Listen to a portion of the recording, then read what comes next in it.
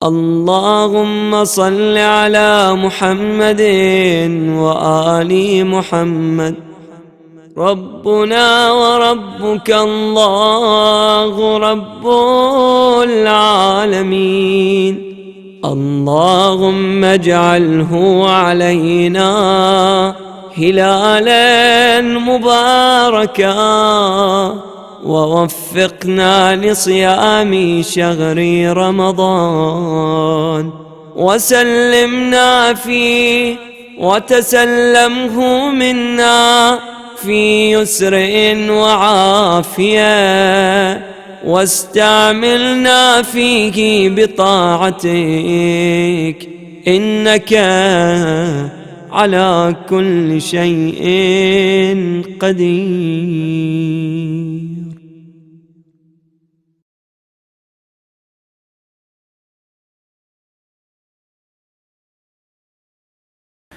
Bismillahirrahmanirrahim. Alhamdulillahirrabbilalamin. Assalamualaikum ayyuhan nabiyyu wa rahmatullahi wabarakatuh.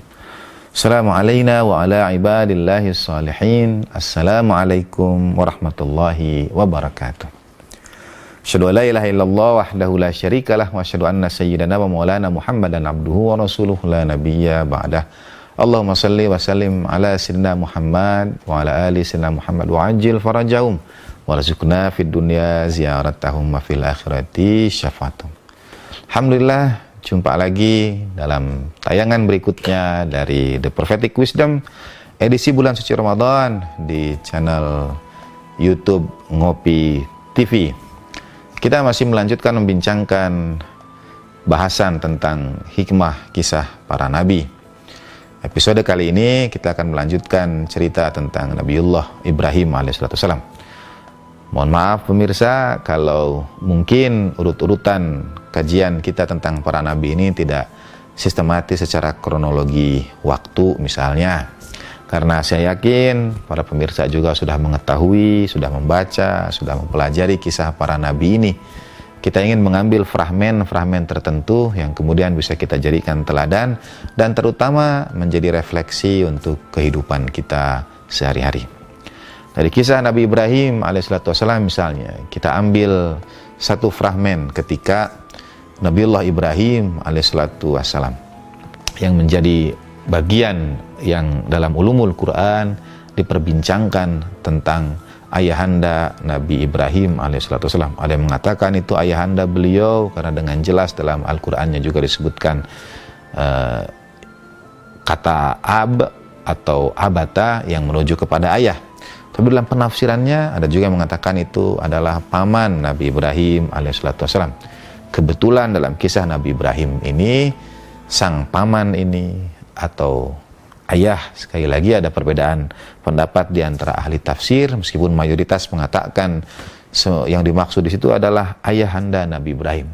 Tetapi ini agak kontradiksi atau agak ada iskal, agak bertentangan dengan hadis dari baginda Nabi SAW yang menyampaikan tentang silsilah baginda Nabi, bahwa baginda Nabi itu lahir dari keturunan yang tidak pernah tidak menyembah Allah Subhanahu wa Ta'ala. Jadi keturunan baginda Nabi dalam satu riwayat, keturunan Rasulullah SAW, kakek moyang baginda Nabi SAW itu tidak pernah tidak menyembah Tuhan. Jadi selalu berada dalam fitrah agama yang hanif, agama tauhid, agama yang mengesahkan Allah Subhanahu wa Ta'ala. Itu diantara keistimewaan Allah Ta'ala untuk baginda Nabi Rasulullah sallallahu alaihi wasallam.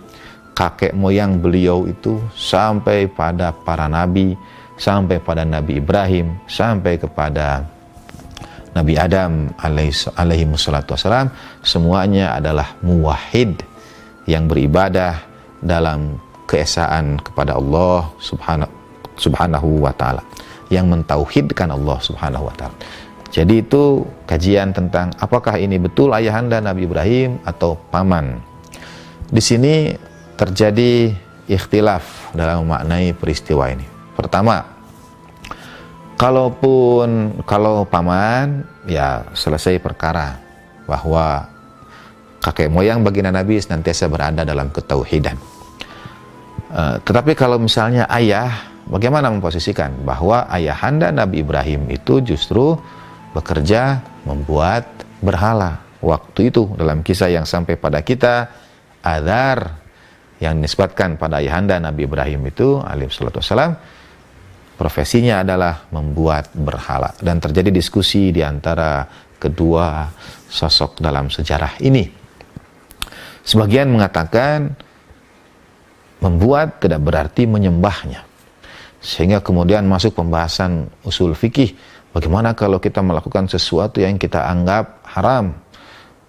Bagaimana lagi kalau kita misalnya menyajikan sesuatu yang kita anggap haram, tapi kita sajikan bagi mereka yang tidak menganggapnya haram? Nah, ini juga pembahasan dalam usul fikih. Kita kesampingkan sementara pembahasan usul fikih ini terkait dari yang dialami atau perjalanan Nabi Ibrahim alaihi salatu wassalam hingga kemudian Nabi Ibrahim dalam tanda petik menghancurkan berhala-berhala yang besar yang ada di kota waktu itu. Pertama, Al-Quran mengisahkan pada kita tentang bagaimana Nabi Ibrahim itu menyampaikan tentang bintang, matahari, dan rembulan. Mohon maaf kalau urut-urutannya saya keliru. Dalam sebuah syair dari MH Ainun Najib berjudul Muhammadkan Hamba, itu ada kalimat dari Cak Nun yang mengatakan, kalimatnya kurang lebih, setelah mencari pada rembulan, bintang, dan matahari, gambelanglah bagi hamba Allah yang sejati. Kalau kita rujuk kepada ayat Al-Qur'annya, insya Allah kita akan menemukan dengan tepat urut-urutan itu. A'udzubillahi minasyaitonir rajim. Falamma janna 'alaihil lailu ra'a kaukaba. Jadi yang pertama dilihat itu bintang. Ketika malam menyelimuti, Nabi Ibrahim alaihissalatu wassalam melihat bintang, lalu berkata, qala hadza rabbi, ini Tuhanku. Falamma afala qala la uhibbul afilin.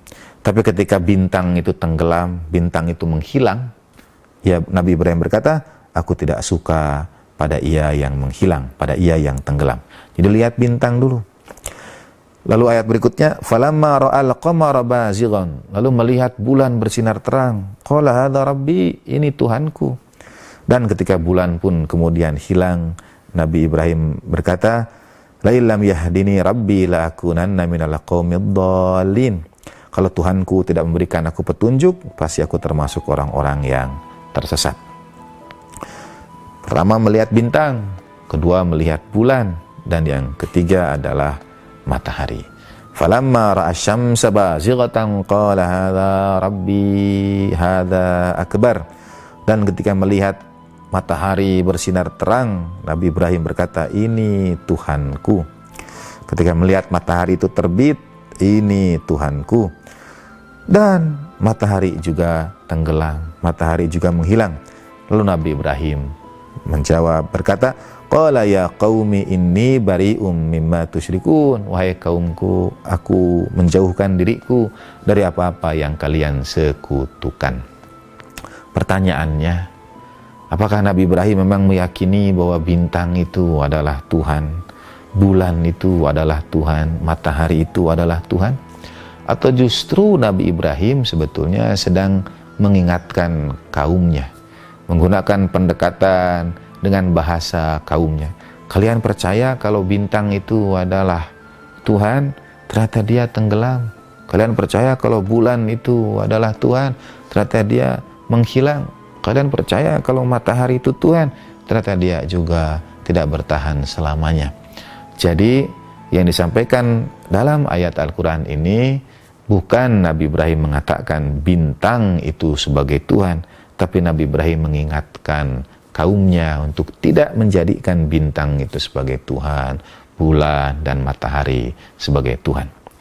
Setelah apa yang ada di alam itu, kemudian tujuan Nabi Ibrahim berikutnya adalah mengingatkan umat tentang berhala-berhala, tentang sesembahan-sesembahan itu yang dibuat oleh Azar. Apakah setelah bintang diyakinkan bukan dan tidak bisa menjadi Tuhan, bulan pun demikian, matahari pun demikian. Maka kemudian tersisa berikutnya adalah bagaimana meyakinkan umat tentang berhala-berhala ini yang sebetulnya sangat teramat tidak layak dan tidak pantas untuk dipertuhankan.